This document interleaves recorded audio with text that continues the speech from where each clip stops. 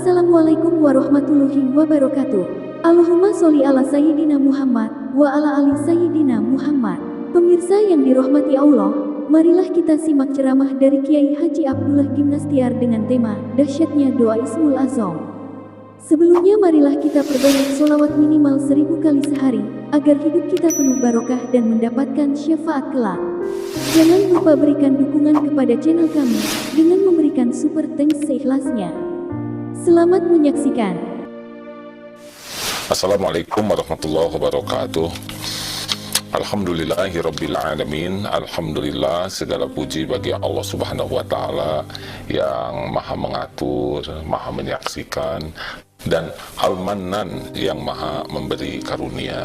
Allahumma salli ala Sayyidina Muhammadin wa ala alihi wa ashabihi ajma'in. Sahabat-sahabatku sekalian, sebagian AA, sebagian nanti Ustadz Fahrudin. AA bagian kajian Asmaul Husna, judulnya nama Asma Allah yang kita bahas adalah Al-Mannan, Allah yang Maha memberi karunia, ya, Al-Mannan.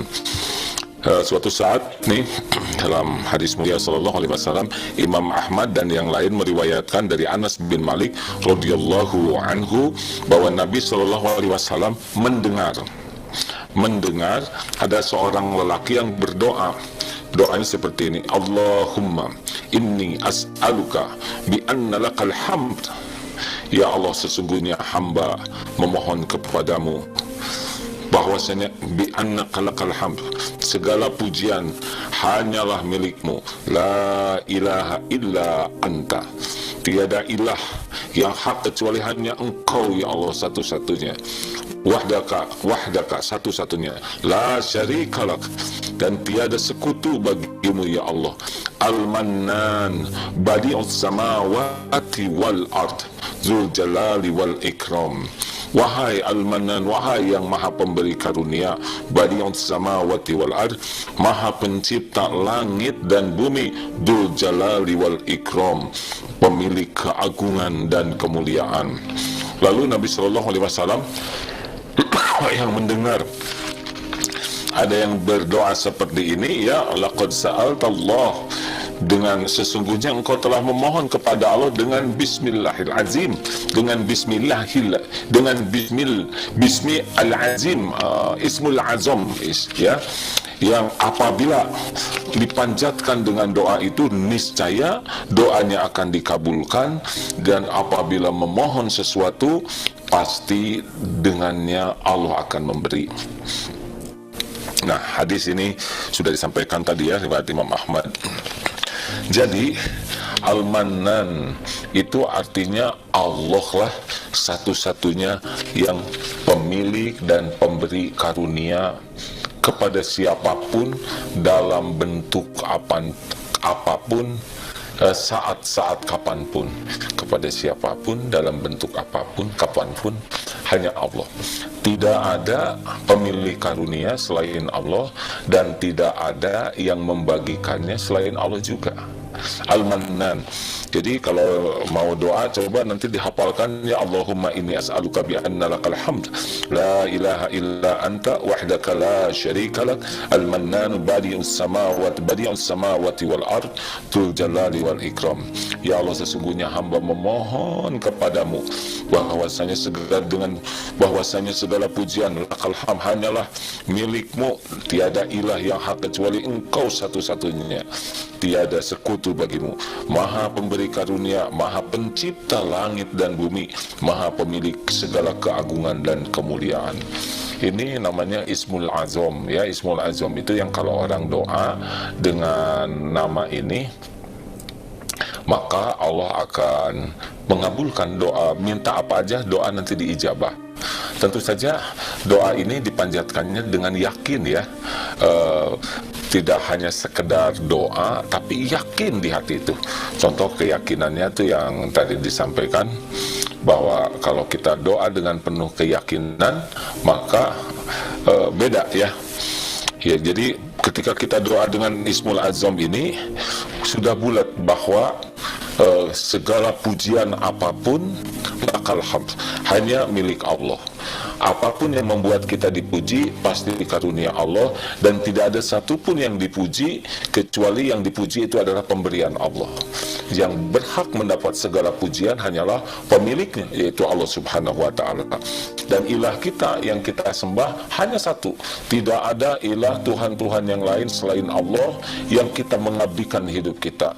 La syarikalah, tidak ada sekutu bagi Allah. Segala sesuatu selain Allah hanyalah ciptaan Allah yang lemah, tiada daya kecuali dikuatkan oleh Allah, tidak bisa memberi manfaat apapun tanpa izin Allah, dan tidak bisa mendatangkan mudarat apapun kecuali dengan izin Allah Subhanahu wa ta'ala. Lalu Al-Mannan, nah ketika kita menyebut Al-Mannan, maka hati kita harus bulat yakin bahwa karunia apapun yang ada pasti milik Allah. Surat An-Nahl 53 ya. Wa ma bikum min ni'matin faminallah. Nikmat apa saja ya yang ada padamu faminallah, itu dari Allah. Jadi kita diciptakan oleh Allah, kita dibentuk oleh Allah. Setiap saat kita mendapatkan karunia dalam bentuk apapun diurus oleh Allah. Tiap sel kita, paru-paru, otak, jantung, semua ini Allah yang ngurus setiap saat. Allah yang mendatangkan rezeki, diatur sesuai keperluan kita. Allah yang menyediakan air minum, Allah yang menyediakan oksigen, Allah pula yang menggantikan oksigen keluar dari tubuh kita jadi karbon dioksida. Allah yang membuat kita bisa melihat, mendengar, berpikir, berbuat. Allah yang memberikan pakaian penutup aurat, Allah yang memberikan ilmu. Allah Subhanahu wa ta'ala juga yang memberikan tempat berteduh, kasur yang empuk, selimut yang hangat, air untuk mandi, air untuk minum. Allah juga yang memberikan beragam ilmu. Allah menutupi dosa dan aib kita. Allah yang memudahkan kita beramal. Allah yang mempersulit kita berbuat maksiat. Pokoknya kebaikan apapun, wa ma bikum min ni'matin faminallah. Dalam surat An-Nahl 18 ya, wa in ta'uddu ni'matallahi la tuhsuha. Dan jika kamu menghitung-hitung nikmat dari Allah, niscaya kamu tidak dapat menentukan jumlahnya. Oleh karena itulah kita ini seperti sesuatu yang ditenggelamkan dalam nikmat tiada bertepi setiap saat dari Allah Subhanahu wa ta'ala. Bukan hanya kita, yang lain juga ya. Semua makhluk itu mendapat karunia dari Allah Subhanahu wa ta'ala. Makanya kalau kita menginginkan sesuatu, maka kita harus langsung ingat kepada Allah, karena pemilik yang kita inginkan adalah Allah. Yang paling tahu juga yang terbaik dari yang kita inginkan adalah Allah, dan yang menentukan bisa sampai tidaknya kepada kita adalah Allah. Makanya ingin apapun juga harus ke Allah dulu, ke Al-Mannan. Semua juga ke Allah ya. Orang-orang yang tidak beriman juga Allah yang memberikan karunia. Makanya jangan iri kepada orang yang diberi dunia, tapi irilah yang diberikan yakin kepada Allah. Dalam surat An-Nur ayat 21 ya, walaula fadlullahi alaikum wa rahmatuhu, dan sekiranya tidaklah karena karunia Allah dan rahmatnya, mazakaha minkum min ahadin abadan walakinallaha yuzakki man yasha wallahu samiun alim. Sekiranya bukan karena karunia Allah dan rahmatnya kepada kamu sekalian, niscaya tidak ada seorang pun yang bisa bersih dari perbuatan maksiat, keji dan mungkar. Akan tetapi walakin yuzakki man yasha, tapi Allah membersihkan siapa yang dikehendakinya.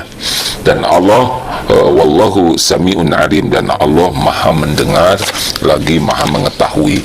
Jadi kita ya bisa terhalang, karena kita kan kecenderungannya mau berbuat maksiat terus, mau berbuat dosa ya, dari mata, pikiran, mulut, telinga. Kecenderungan berbuat maksiat itu selalu ada. Nah hanya dengan karunia Allah dan rahmatnya kita ini bisa tidak tergelincir. Termasuk nih pertemuan ini ya. Ini pertemuan adalah pasti fadli rabbi, karunia Allah. Allah tentukan siapa yang akan dapat ilmu, Allah bimbing dia membuka medsos atau datang ke majlis, Allah lah yang membuat dia bisa mendengar, bisa paham, nanti bisa mengamalkan. Masya Allah, semua ini adalah wa ma bikum min ni'matin faminallah.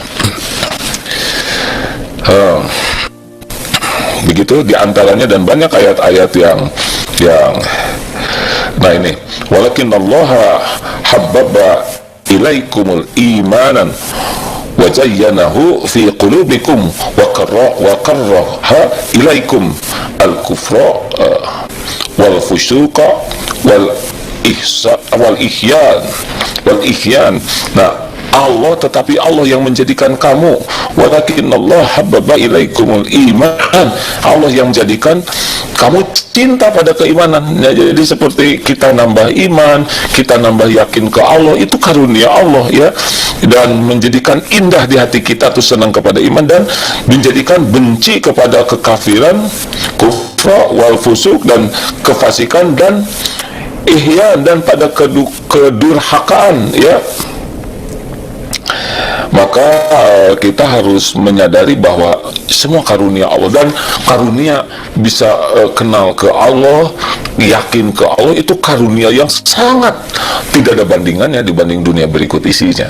Kalau dunia berikut isinya, kalau ada harga sesayap nyamuk saja, orang-orang yang ingkar itu tidak akan diberi minum walaupun seteguk pun jua. Jadi kita tidak usah terkagum-kagum kepada orang yang diberikan duniawi ini, biasa saja ya. Jadi kalau kita lihat orang diberi dunia apapun bentuknya, harta, gelar, pangkat, jabatan, kedudukan, popularitas, penampilan, ya itu Allah bagikan, Allah juga yang membagikan ya. Wah, kenapa itu ganteng, cakep, Allah yang menciptakan. Kok itu kaya banget, Allah yang nakdir. Kok itu cerdas sekali, Allah yang memberi. Tapi kalau sudah orang itu diberikan nikmat iman, nikmat Islam, nikmat iman, percaya dan nikmatin ke Allah, yang berbuah, senang sekali beramal ya, soleh, dan senang sekali pasrah ke Allah, sehingga Allah aja yang ada dalam pikirannya, lisannya, hatinya, perbuatannya juga ke Allah. Nah, ini dia, ini nikmat puncak dari Al-Mannan, Maha Pemberi Karunia, yang harus sangat kita iri ya, boleh iri ya, iri, kita ingin maksudnya seperti itu, dan harus minta ke Allah. Tidak ada kita meningkat keyakinan kecuali dengan pertolongan Allah. Tidak ada kita bisa beramal soleh kecuali dengan karunia Allah juga, dan tidak juga kita bisa menghindari maksiat kecuali dengan pertolongan Allah. La haula wala quwwata illa billah, itu dimaknainya diantaranya adalah kita tidak mampu berbuat taat tanpa karunia Allah, dan kita pun tidak mampu menjauhi maksiat tanpa pertolongan Allah. La haula wala quwwata illa billah. Nah, makanya coba kita hafalkan doa tadi itu di antara Ismul Azam. Ustaz, kalau ada di sana bisa tuh. Allahumma inni as'aluka, ya Allah, sesungguhnya aku memohon kepadamu, bi anna lakal hamd, bahwasanya segala puji hanya milikmu, la ilaha illa anta. Sebetulnya sudah banyak ya doa-doa yang serupa ini. Tiada ilah yang hak kami sembah selain engkau, anta wahdaka la syarikalah, engkau satu-satunya dan tiada la syarikalah, tiada sekutu bagimu, al-mannan. Nah, ini yang tambahannya ya, wahai Maha Pemberi Al-Mannan, Maha Pemberi karunia, badi'us samawati wal ard, Maha Pencipta langit dan bumi, dzul jalali wal ikram, Maha Pemilik keagungan dan kemuliaan. Allahumma inni as'aluka bi alakal hamd, la ilaha illa ant, wahdaka la syarika lak, al-mannan, badi'us samawati wal ard, dzul jalali wal ikram. Masya Allah. Nah, itu yang dapat disampaikan sahabatku sekalian. Semoga walaupun ringkas bisa menambah. Apa hikmahnya mulai sekarang? Jangan pernah lepas meminta kepada Allah dulu apapun. meminta harus ke Allah dulu, ya jangan lepas. Sebelum bicara ke orang, ke Allah dulu. Bahkan sebelum bicara ke Allah dulu, minta supaya bicaranya benar. Kalau mau ngobrol, minta ke Allah supaya bicara kita benar. Rabbi shrah li sadri wa yassir li amri wahlul 'uqdatam min lisani yafqahu qawli. Dan minta juga supaya yang mendengarkannya juga bisa dibalikan hatinya menjadi paham. Ingin rezeki kepada Allah, ingin jodoh, ingin sehat, ingin apapun ke Allah dulu. Ini sebuah peringatan sederhana, maaf ya. Kalau kita ingin sehat, biasanya kita sibuk ingat ke olahraga, ingat ke suplemen, ingat ke olah nafas, ingat ke makanan yang bergizi, ingat kepada rutin yang berolahraga. Allahnya mana? Padahal pemilik tubuh ini adalah Allah. Mau olahraga sebagaimanapun hebatnya, kalau Allah tidak beri sehat, tidak sehat. Mau makan suplemen semahal apapun, secanggih apapun, kalau Allah tidak buat sehat, tidak akan sehat. Allah dulu ya, olahraga tuh ke Allah dulu, minta tolong supaya olahraganya jadi amal soleh. Juga kalau berobat, jangan sibuk dokter dulu, sibuk obat dulu, sibuk. Sambil kita sibuk, sambil minta tolong ke Allah pemilik tubuh ini supaya bisa disehatkan, nanti dibimbing harus ketemu dokter siapa, makan obat apa, terapinya apa. Allah dulu ya. Kalau ingin anak soleh, Allah dulu ya, karena pencipta anak adalah Allah, yang menguasai anak adalah Allah, yang membulak-balik hati anak juga Allah. Suami istri sama saja. Jadi Allah sebagai satu-satunya pemilik segala karunia.